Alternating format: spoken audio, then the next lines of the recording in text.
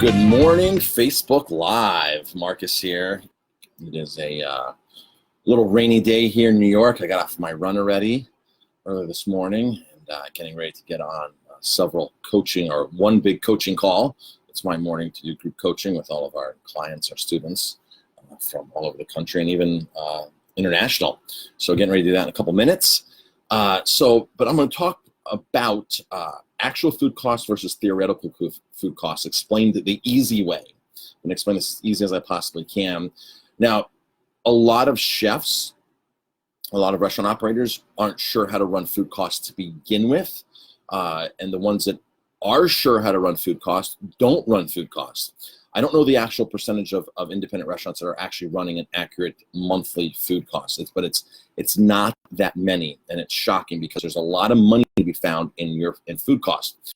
And by just understanding the numbers and being able to save 1, 2, 3, 4, 5%, which I can guarantee you, if you've never done inventory and you've never have your menu costed out and you're not monitoring those things, I can guarantee you if you start doing that, you will shave 2 to 5% off of your food costs within a month. I guarantee you that. Now, if you're doing $1 million in sales and your food costs, you're saving 1%, 2%, 3%, 4%, if you're doing $1 million in food, that is, this adds up very, very quickly. And this is one of the first questions I always ask are the restaurant owners that are seeking help. Do you want to increase your sales, or do you want to look for the gold you already have? A lot of them don't realize you have gold there, you have money there that's just flying out the window that you don't understand or really realize. So let's talk about actual food costs versus theoretical food cost. So I'm going to explain this as, let's say you were a tile company and you were selling tiles, and you got a pallet of tiles in, and the tiles cost you $1 a tile. And let's say there's 1,000. Let's make this super simple. You got 1,000 tiles in. They cost you $1, so it's $1,000. You sell those tiles for $2 a tile, so you make $2,000. Your your cost of goods in this case, so the cost of the tiles in restaurant terms, it's food costs. Here it's cost of goods, COGS. If you're in the tile business, that's a 50% margin. So that's your theoretical. That's what you're supposed to be making.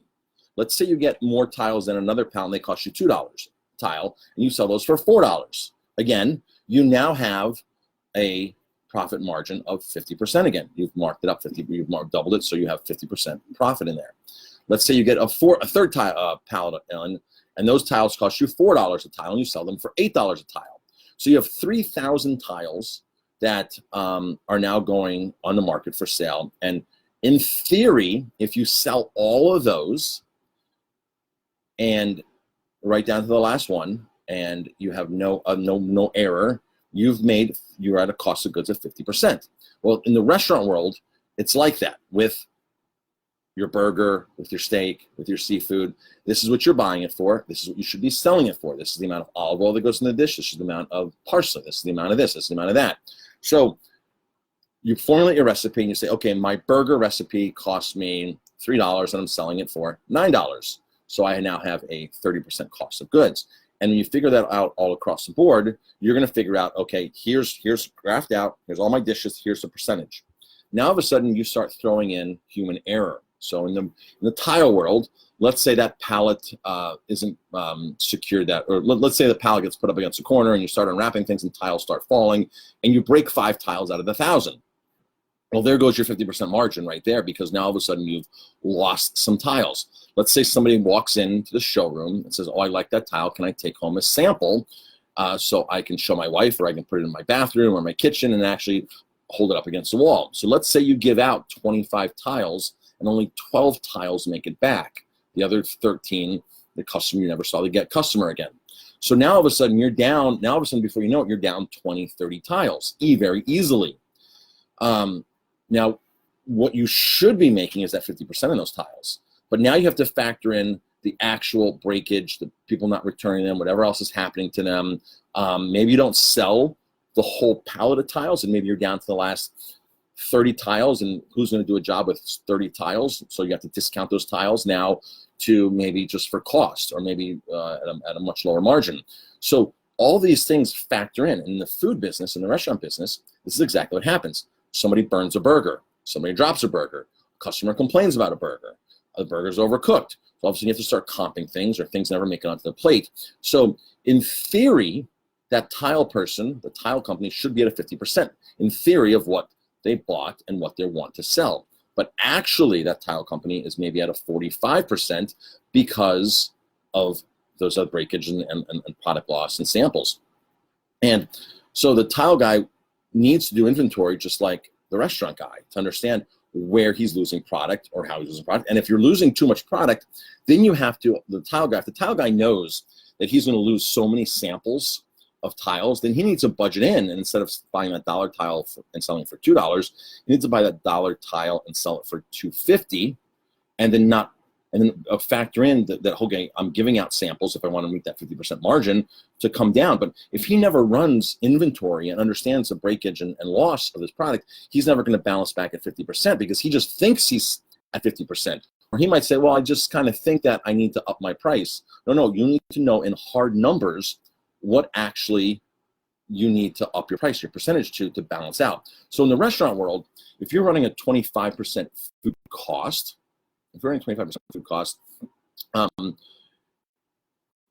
actual food cost, your theoretical food cost, maybe 22 or 23% is actually what's going on. So now 2% is nothing to really worry about because you have lost product, of course, right? But now if you're in the restaurant world and you have a 20% theoretical food cost and your actual food cost is 28%, you have an 8-point difference, then something is wrong, and you have to go in and understand where you're losing. So most restaurateurs don't mind if it's a 2% differential between an actual and a theoretical. So in a theoretical food cost, you would have all of your stuff, graphed out. Here's my burger, here's my steak, here's my salmon dish, here's my appetizers, everything graphed out, here's my percentages. You then go to your point of sale system, your POS, and from there, you would actually run a sales report and say, okay, I sold 45 burgers, I sold 45 salmons, I sold 63 catfish, I sold 29 hummus, and you would then populate the percentage of what you did and come up with a theoretical food cost. Your theoretical food cost may come in at 22% based on the items you sold and the recipes, how they're costed out. Then at the end of the month, or the end of the week, you go through and you count every exact item that you have in the restaurant.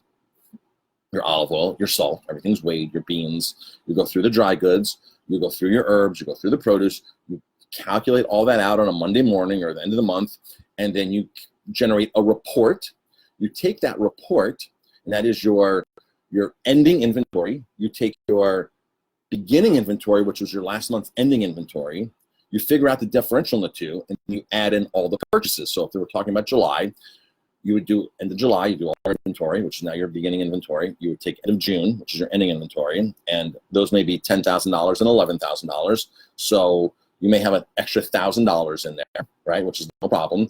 But then you take all of your purchases, which may be $25,000, and you throw the $25,000 into there. So now you have $26,000 of product you've actually sold for the month. Okay, that $26,000 you've actually sold for the month.